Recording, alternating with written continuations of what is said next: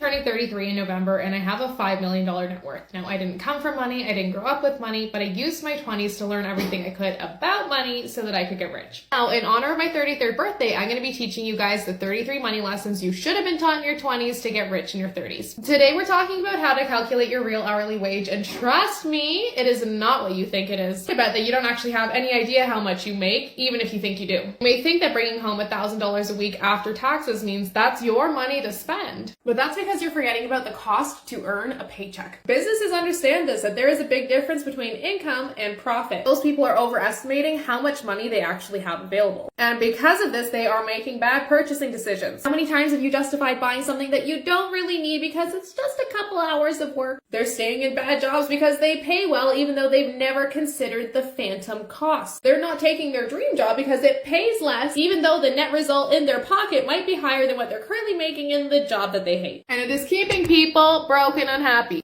Now, when you factor in all of the additional expenses that go into your job, some of which may not be obvious at all, are usually earning a lot less than you think you are. When I did this calculation when I was working my corporate job, I was flabbergasted. So today I'm going to teach you how to calculate your real hourly wage. So step one is going to be to add up all of the hours that go into earning your paycheck. You know how you work 8 to 6 but actually get paid from 9 to 5? Those may not count to your company, but those are hours of your life that you are never getting back. Like literally never. And you cannot use them for anything else. So in addition to the extra hours that you are physically working, you're going to add up things like your commute time, or hours you spend updating and maintaining your professional license. Those are going to be like the hard hours, but then we're also going to add in the phantom hours, the soft hours, the hours you spend stressing about work, venting about work, thinking about work, the time you spend when you get home to decompress.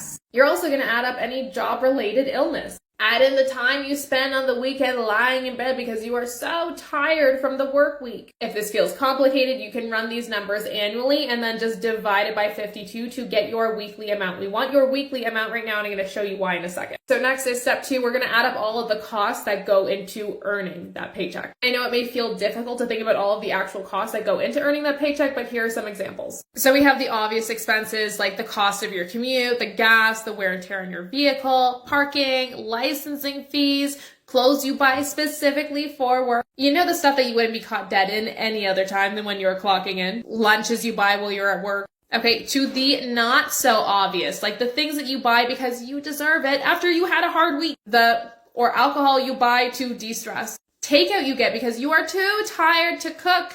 Things that you have to outsource because you don't have time to do them. Maybe that's like cooking, cleaning, lawn maintenance. Vacations you take because you need to escape. A more expensive vehicle or clothes because you need to portray a certain image at work. Childcare. Be as liberal as you feel makes sense here. And now we're going to put that all together to calculate your real hourly wage. So this is an example of a spreadsheet that I've created for our students. We have how many hours are you actually working per week. Up here we have the numbers before the adjustments. So we have 40 and you're earning say $1,500 a week in this example. That means currently your hourly wage is $37.50 an hour. Now let's say after you go through this exercise, you determine that you are commuting on average 5 hours a week. You're using 5 hours for relaxation, 1 hour for vacation, 1 hour for illness related to job, and 3 hours for other. We've assigned costs to some of these categories as well, such as money on food or work clothing, vacation, relaxation, illness. So we can see we're actually working 55 hours per week. While we think we are making $1,500 a week, the cost to earn that paycheck brings us down to $1,050.